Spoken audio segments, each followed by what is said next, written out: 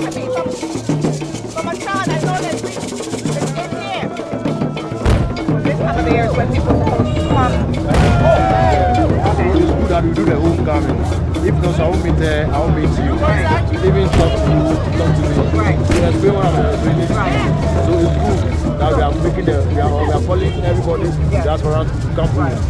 Hi guys, so welcome to another episode of Homecoming, and I'm still in my same outfit, right? What do you think about my outfit? Yeah? Anyway, so I'm meeting a friend by the name of Ruth. Ruth is from Trinidad and Tobago in the Caribbean, and she has been living in Ghana for a while now, and I thought that, since I'm doing this Homecoming series, why don't I feature her and then ask her about her Ghana experience and what she thinks about coming to Ghana. So that is what this episode is going to be about. Let's wait for Ruth. I'm at Ruth's gate.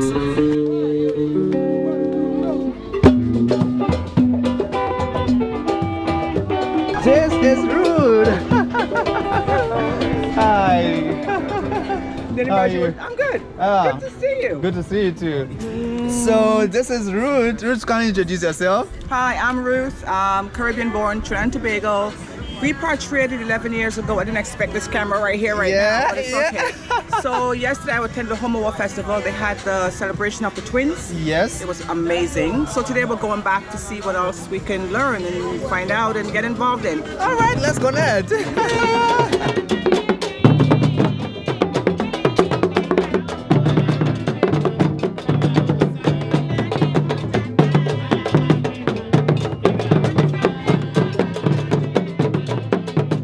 Caribbean-born person being here, it's extremely interesting. It's heartwarming. I'm learning so much about myself and my own culture and how we came to be what we are in the Caribbean, because there's so many similarities of the things that we do, the foods that we eat, even the festivals that I'm attending right now. I'm extremely interested in that because this definitely has meaning for me and my ancestry. So I'm learning about the people that I came from but don't know enough about. 11 years in Ghana? I thought it was just like 2-3 years. No. Wow. I always tell people I'm more Ghanaian than most Ghanaians. Yeah. So what influenced your decision to moving back to Ghana? I was raised by a father that was part of the Black Power movement. He was friends with like Stokely Carmichael, and we were taught from a very young age that Africa is our roots. Okay. So we were always like, Africa, Africa, Africa. So it was always kind of part of me. And when I got an opportunity to come for the first time, I jumped on it because I just wanted to learn more, as much as I can. And to be honest with you, people like me who end up coming here and living here, it's a situation where it's a calling. Okay. It's something that you just feel that you have to do. It's very difficult to explain because living here is not an easy thing. It's challenging, but it's a calling. It's a spiritual calling. Like I feel like it's the ancestor that really, really wanted to come back. You're just part of that situation where it's like, this is what you need to do, and you won't feel right about yourself until you do it. So that's what it was for me. It was just Ghana chose me. So after making this decision of coming back to Ghana and experiencing Ghana, do you think that the calling was right, and how do you feel about the whole decision? There are times when I'm like, what am I doing? Why am I even here? Let me just pack up my stuff and go back to either Toronto or Trinidad. But when I get to that stage, I look around and it's like, nah, I'd rather deal with the situations that I deal with here because it could be a stressful place to live as far as work and creating and running your business. You're going to run into all kind of road bumps. But then on the other hand, it's a sort of a stress-free life that's very difficult to explain. The life here is a lot less, it's a lot more peaceful. You wake up in the morning. Where I live, I actually live in Cape Coast. I don't live in Accra anymore. I spent 10 years in Accra. I moved to Cape Coast just before lockdown, and it's a very peaceful, serene, green area that I live in. So it's just, I wake up in the morning, I look outside and I feel like I'm in a little piece of paradise. Because the standard of living here, if you're earning any kind of money, you can actually have a better standard of living here than you can there with the same kind of money. So I live in a beautiful home on a hillside that's green. I wake up in the morning, I come outside, there's birds, there's butterflies, there's lizards. So it's worth the giving up of some of the conveniences in the other side. It's worth giving up those conveniences for the life that I live here. Right. Yeah. Okay, so we're about to get down and then start experiencing this whole culture vibe because the traffic here is crazy now. Yeah, I think we can just end the trip somewhere close. Yeah, we should definitely start walking. Yeah, so that we experience the whole Ghana community. Yeah.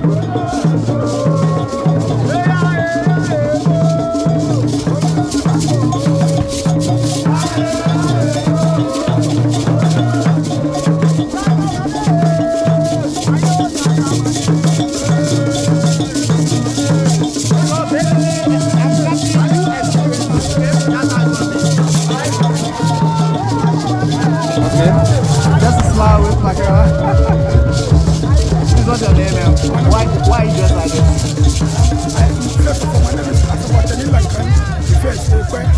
Actually, we are making our festival. We are splitting our something like the pond. This is our smoking. It's called Nifio. Yeah. Okay.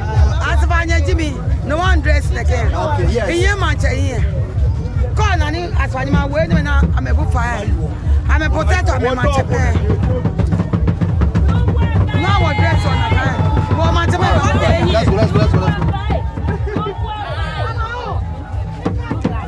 How does it feel for you right now? I can't even explain. Okay? Yeah? This is like kind of like backstage at the Savannah. Yes. Love it. I mean, it's great to be among them and doing this.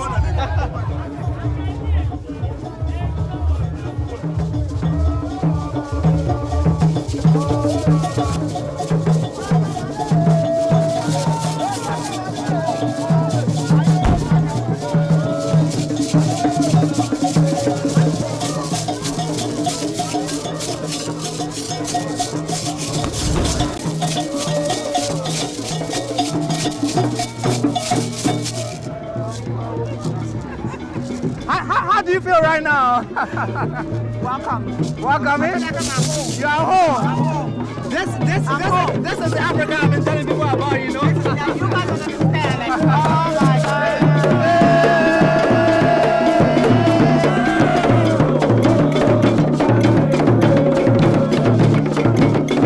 But we move different. In the Caribbean, we get the same beat, but the movements are different. Like if you're dancing to this type of song, we move. Like this beat is very familiar to me. From a child, I know that beat is in here.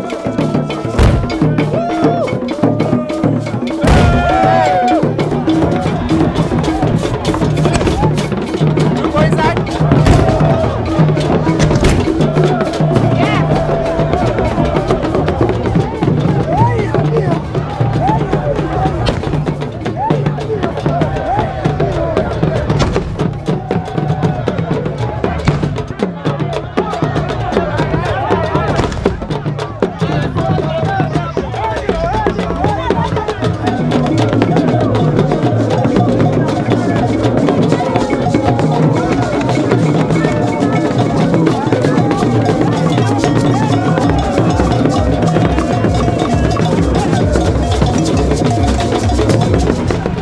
Growing up in the Caribbean, some of us have a very romanticized idea of what Africa is, like what we're experiencing right now. This is a special occasion, it's not everyday life. You know what I mean? So come with an open heart, open mind, open arms, and just experience it. And then form your opinions. But so before you made your decision about coming to Ghana, relocating to Ghana, and finally settling in Ghana, what was your mind about the continent and Ghana like? Well, again, growing up in the Caribbean, born in the Caribbean, childhood there, grew up in Toronto. So North America, again, they give you a very skewed version of what Africa is. So for me, I just wanted to come and see. So before I actually moved here, I visited twice. So it was my third trip to Ghana, and I actually came with a job and some security when I stayed. But when I first came, I visited twice before I decided to move. So I have people who want to come out, so come visit, get to know the people, get to know the foods, experience the place before you decide whether or not you want to move and can move. Yeah. So tell me what it is. And how do you do before you get to this level?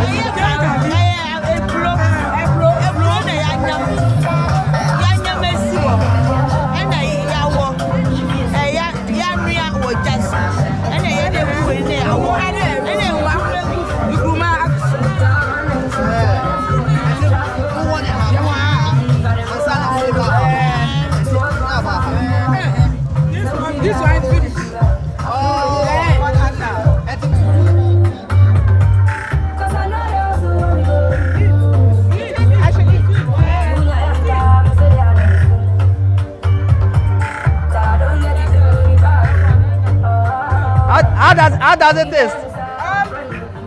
It's a little bit salty. Okay. That's a really nice texture. It's dry, but it's a really nice flavor. It's not a really nice flavor. It's not an aftertaste. That's a really nice flavor. So what would you eat this way?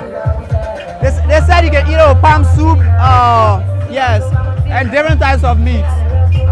It actually tastes like banku, but when you see it the first time, you'll be thinking that it is gari that they have added oil to it. But it's not. But it's not. So I think in my next video, I'll learn how to prepare it and then teach you guys. Okay. Yeah, this I think is a little bit different. Yeah. Because I was expecting the gari taste. It looked like gari. Yeah. Gari is actually cassava that has been processed, dry cassava that has been processed. We use that in the Caribbean as well. Yeah. We call it farine. Farine. Farine. And we eat it the same way with milk and sugar, just like you do it here. Oh, but it's just pronounced differently. But we call it farine, which is another word, but I think you're French for flour. So we call it farine, but it's actually gari. Okay. Yeah, it took me a long time to realize that gari is the same thing I used to eat when I was a child in Tobago. I was so surprised when I finally discovered it. Yeah. I was in Ghana for 4 years before I figured it out. I see. Don't forget where you are from.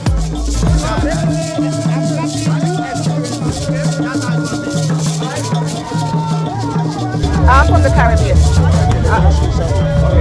I was born in Trinidad. You know Trinidad and Tobago?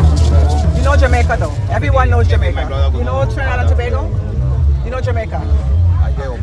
So it's in the Caribbean islands. So you know that the ancestors, you know, we ended up in the Caribbean through slavery, blah blah blah. So I'm from Trinidad and Tobago. So my people got there through slavery. So my people are actually, you're my people. But we were separated. So I've come back.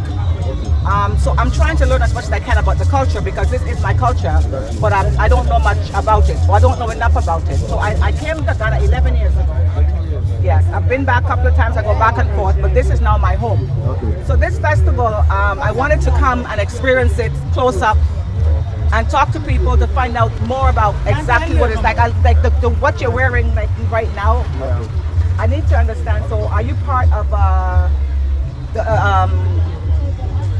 like the chief's parade? Like I see the chiefs with people all around him. Like, so tell me, explain to me, like your what is your role? My one is like a warrior. You're a warrior. Yeah.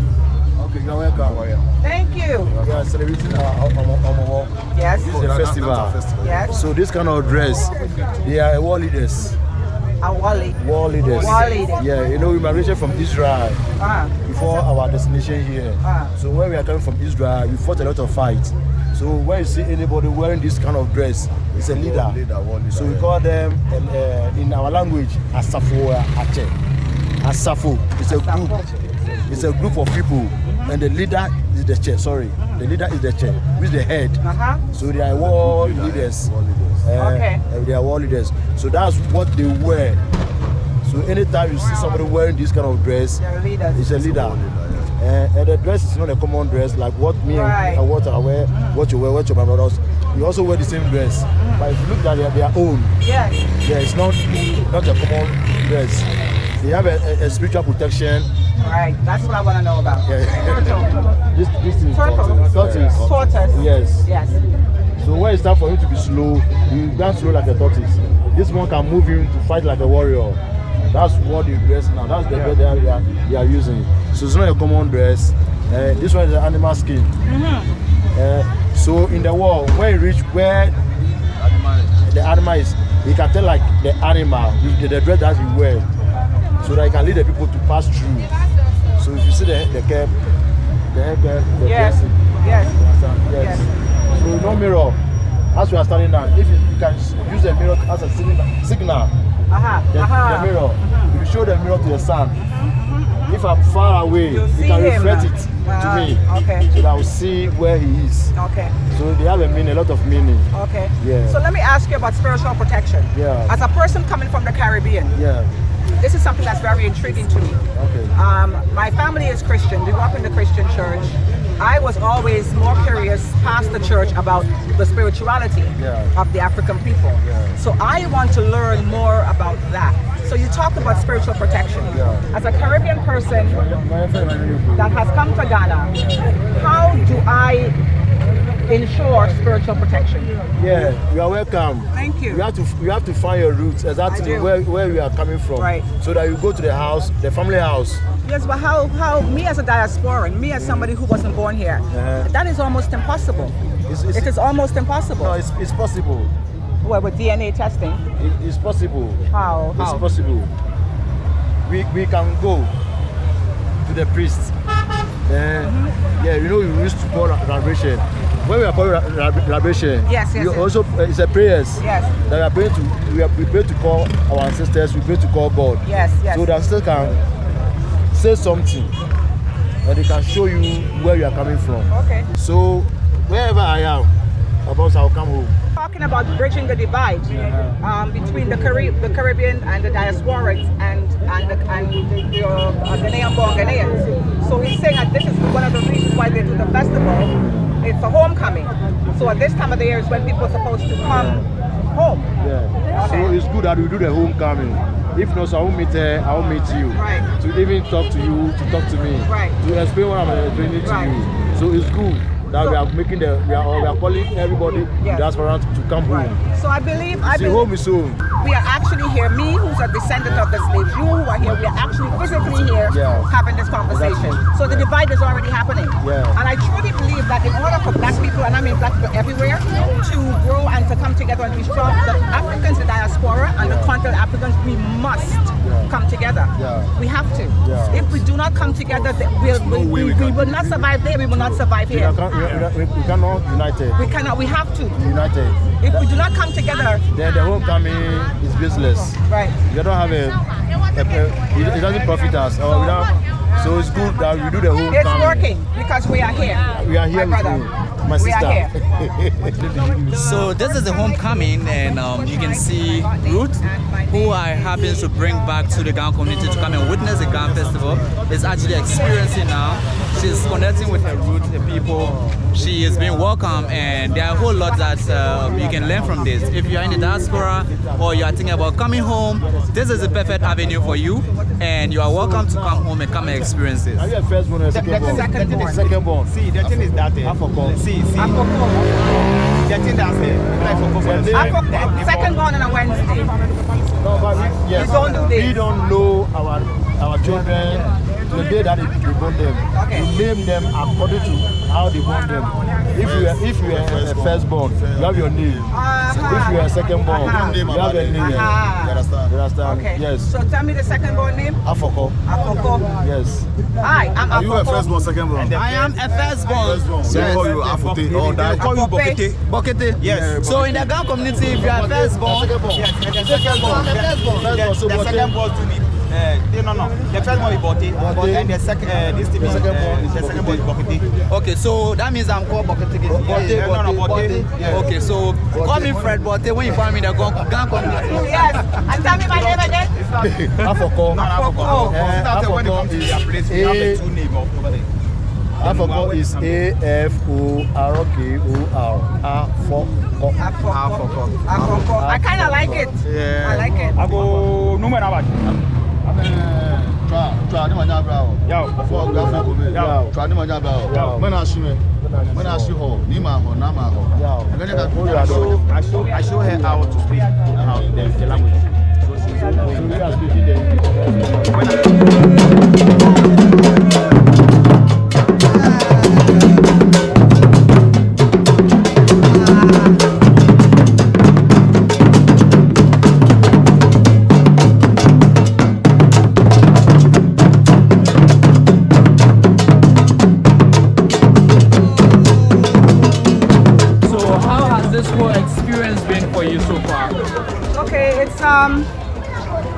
It's very interesting.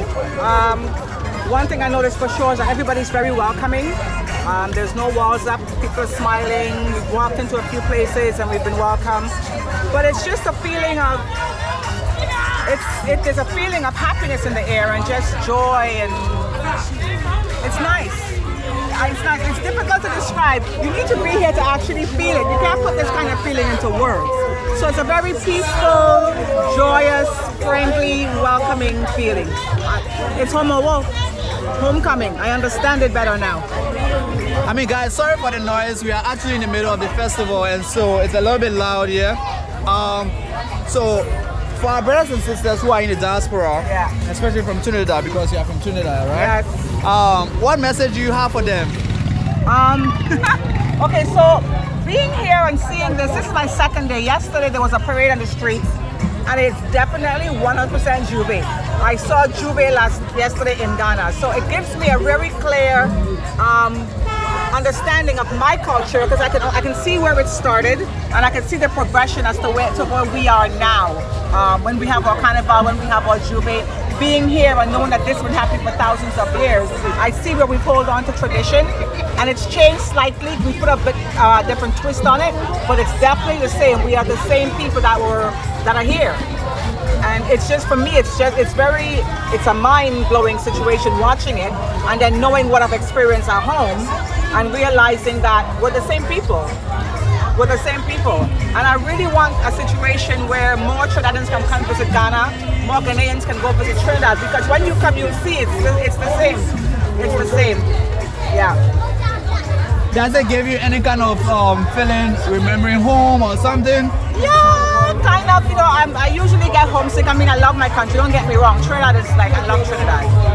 So yesterday, I felt what you would call the carnival fever. You know, watching the guys going down the road, and they were doing what we call chipping to the music. I was like, look, that's Juve, and I felt for it. I haven't been able to experience it for a while. So, but I got a little bit of it yesterday, so I don't miss it as much now, because I got a little bit yesterday. What does being in Ghana at this period make you feel like? I'm living in Cape Coast, and I came to Accra for 5 weeks. I'm really glad that I came at this particular point in time. And honestly, I knew of Homowo, I've heard about it before, but I've never had the opportunity to come down and be in it and experience it. So I'm really happy that I'm in Accra right now, this particular weekend. And then next week we've got the HomowoFestival coming. Check that out on YouTube when you guys can, once it's up on some amazing artists. There's some very talented artists in this country that need to get the exposure. So I'm just really happy to be in Accra right now. There's nowhere else I'd rather be. Any last word for our people watching right now? If you're in Ghana or around next year, you hear Homowo, I strongly suggest you come and check it out, meet some people, talk to some people, learn about the culture. I've learned a lot about the Ga culture this week and this weekend, and I actually really resonate with it. So I'm just happy to be here, and I hope one day you guys can experience what I experienced this weekend. And it's not over yet, because there's tomorrow and then there's the rest of the week. So I'm looking forward to all of it.